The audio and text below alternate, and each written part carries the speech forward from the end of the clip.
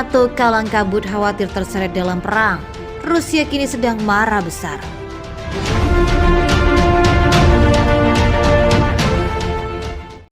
NATO dibikin kalang kabut dan takut akan terlibat dalam perang karena sikap Lituania yang mencoba untuk melakukan perlawanan pada Rusia. NATO menggambarkan kekhawatiran mereka atas apa yang telah dilakukan negara Lituania dengan menahan kereta api bara yang hendak melaju ke wilayah Rusia. Tentu saja sikap tegar Rusia berimbas pada perang yang semakin meluas. NATO kemudian dibikin deg-degan karena sikap Lituania tersebut. Kremlin telah mengancam Lituania setelah barang-barang yang disetujui Uni Eropa diblokir untuk mencapai eksklusif Rusia. Kaliningrad memicu kekhawatiran NATO terseret ke dalam perang. Kementerian Luar Negeri Rusia juga mengatakan, kami akan mempertimbangkan tindakan provokatif dari pihak Lituania yang melanggar kewajiban hukum internasional Lituania, terutama pernyataan bersama Federasi Rusia dan Uni Eropa 2002 tentang transit antara wilayah Kaliningrad dan seluruh Federasi Rusia untuk bermusuhan secara terbuka. Kepala Komisi Perlindungan Kedaulatan Parlemen, dia bersumpah bahwa Rusia akan menyelesaikan blokade dengan cara apapun yang kita pilih.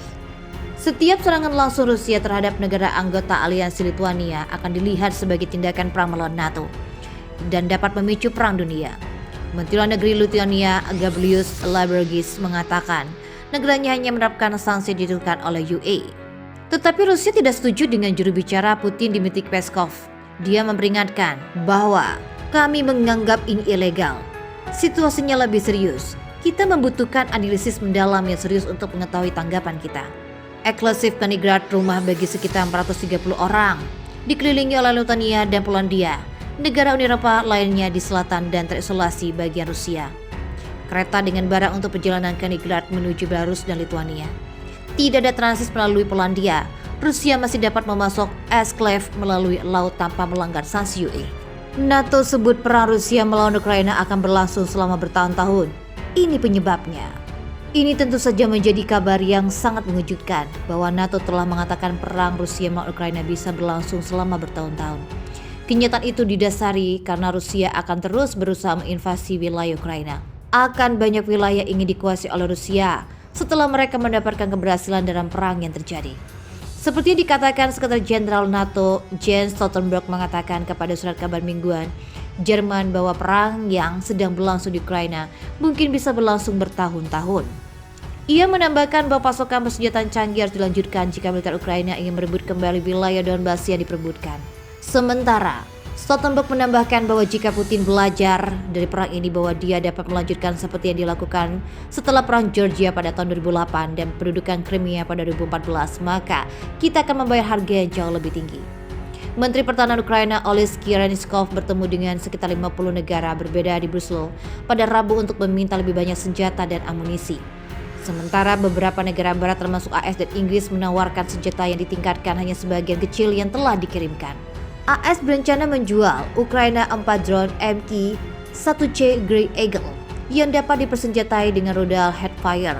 Tetapi masalah keamanan jika radar dan peralatan pengawasan jatuh ke tangan Rusia.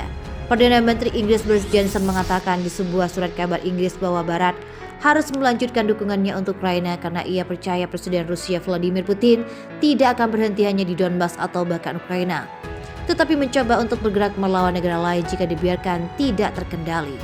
Johnson kemudian menegaskan kembali dukungannya untuk mendapatkan dukungan senjata Ukraina yang mereka butuhkan untuk melawan agresi Rusia dan memiliki rencana untuk bekerja dengan Kiev untuk berpotensi melatih hingga 10.000 tentara Ukraina setiap 120 hari. Johnson menyerukan Barat untuk menghindari kelelahan Ukraina. Johnson melakukan perjalanan mendadak lainnya ke Ukraina untuk mengunjungi Presiden Zelensky dan mendesak Barat untuk terus mendukung Ukraina yang telah memerangi invasi Rusia selama hampir 4 bulan. Perjalanan ke Kiev dilakukan setelah kunjungan Presiden Prancis Emmanuel Macron, Kanselir Jerman Olaf Scholz, dan Perdana Menteri Italia Mario Draghi dengan Presiden Zelensky untuk menawarkan dukungan agar Ukraina menjadi calon anggota UE. Komisi Eropa diharapkan untuk menyetujui standar kandidat untuk Ukraina untuk Uni Eropa, tetapi proses untuk menjadi anggota penuh mungkin memakan waktu bertahun-tahun.